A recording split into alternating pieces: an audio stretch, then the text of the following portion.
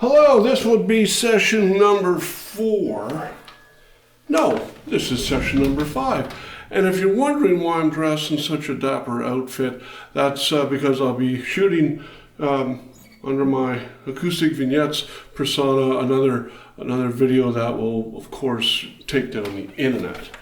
And this is a test scope. So today we focused on the things that were in the video in session 4, and that's economy of motion. And the other thing we spoke a lot about was that strings ringing.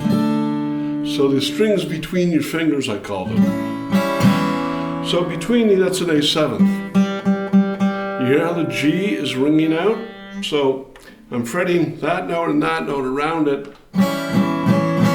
But in order to get the voicing out, that middle string's got to ring too. And this next little bit that we're going to do is all about the strings ringing. So Penny mentioned that Beatles, I've heard of them, a bunch of British lads, I believe. So here's what I showed you.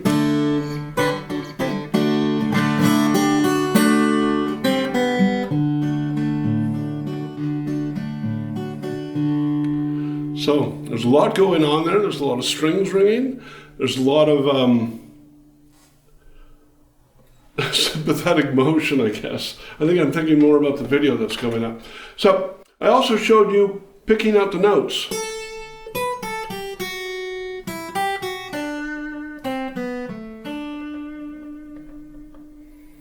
Important tool when you've lost your way and you're trying to find your way back. The only tricky part about that whole thing, that first chord, which is a D with an A on top of it, up here. And then there's the bit down here where we resolve.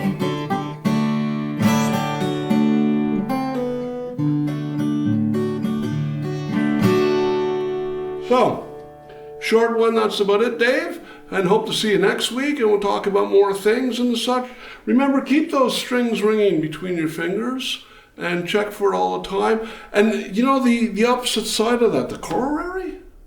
The flip side of that is strings you don't want ringing. So when you play the E chord, I'm also making the A and the E resonate. That's not always desirable. Sometimes the A sounds nice, but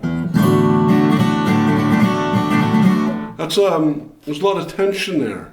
So work on, when you're playing a D, just those 4 notes. If you want the tension, add the A in, but do it purposely, not just spill over, that sort of thing. So.